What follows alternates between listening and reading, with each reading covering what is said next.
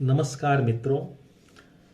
देश प्रेम क्या है, इस पर मैं आज आपसे कुछ बात करना चाहूंगा। मित्रों, यदि हम पश्चिमी देश में पैदा होते और वहां अगर देश प्रेम के अर्थ को हम समझना चाहें तो सामान्यतः देश प्रेम का अर्थ एक भौगोलिक नक्शा है और उस नक्शे की रक्षा करनी है और उस तंत्र की रक्षा करनी है। वह देश प्रेम सामान्यतः माना जाता है। और विडंबना यह है कि हम में से भी अधिकांश लोग आज देश प्रेम का अर्थ वही लेते हैं जो पश्चिमी देशों में या अन्य देशों में समझा जाता है, यानी जो भारत का भौगोलिक नक्शा है, कश्मीर से लेकर कन्याकुमारी तक उसकी रक्षा करना और उसको उसके लिए काम आना, सामान्यतः हम देश प्रेम इसी को समझते हैं। हम यह नहीं जानते कि भारत की देश प्रेम का गहरा अर्थ क्या है। यदि हमें इस देश के हिसाब से देश प्रेम को तय करना है तो हमें हमारी पुरानी संस्कृति पर पीछे की ओर लौटना होगा। हमारे देश ने जो हमारी संस्कृति है, वेदों को लेकर के, पुराणों को लेकर के यदि हम बढ़े आगे और जैन बुद्ध तक हम जाएं तो हमारे देश ने सदा जोर सूक्ष्म पर दिया है, स्थूल पर नहीं।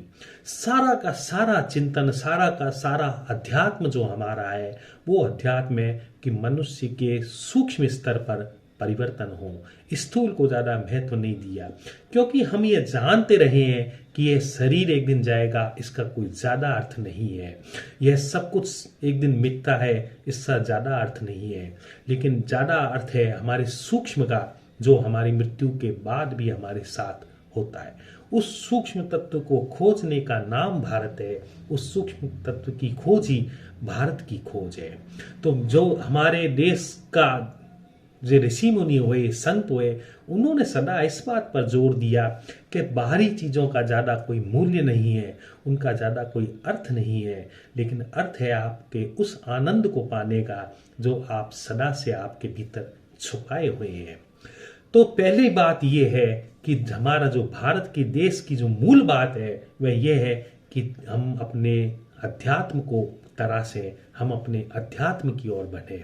और अध्यात्म की ओर बढ़ने के कदम के लिए जरूरी है कि हम अपने भीतर के जगत में प्रवेश करें, अपने भीतर के गुणों को विकसित करें। जब हम भीतर के जगत में प्रवेश करते हैं तो हम प्रार्थना, भक्ति, ध्यान इत्यादि में प्रवेश करते हैं। और प्रार्थना, भक्ति, ध्यान, योग इत्यादि से हमारे भीतर उन गुणों का विकास होता है जो आपसी संबंधों के लिए भी बहुत ही उपयोगी हैं। तो हमारे भीतर उन प्रेम का विकास होता है, हमारे भीतर सहानुभूति का विकास होता है, हमारे भीतर करुणा का विकास होता है, हमारे भीतर भाईचारे का विकास होता है। यह गुणों को विकसित करना ही असली भारत की खोज है। तो जब हम अपने भीतर के तत्व को खोजने के लिए निकलेंगे तो साथ साथ हमारे भीतर के इन गुणों से भी हमारा परिचय होगा जो हमारे भीतर सदा से छुपे रहते हैं। तो बाहरी चीज मित्रों महत्वपूर्ण नहीं है, बाहरी नक्शे महत्वपूर्ण नहीं है। कुछ समय पूर्व पाकिस्तान भी भारत का ही हिस्सा था, कुछ समय पूर्व बांग्लादेश भी भारत का हिस्सा था। अतः ये जो जमीन है, ये भूमियां हैं, इसका कोई ज्यादा मूल्य नहीं है। मूल्य है हमारे भीतर अंतर्निहित छुपी हुई चीजों का, जो सूक्ष्म स्तर पर छुपी हुई है।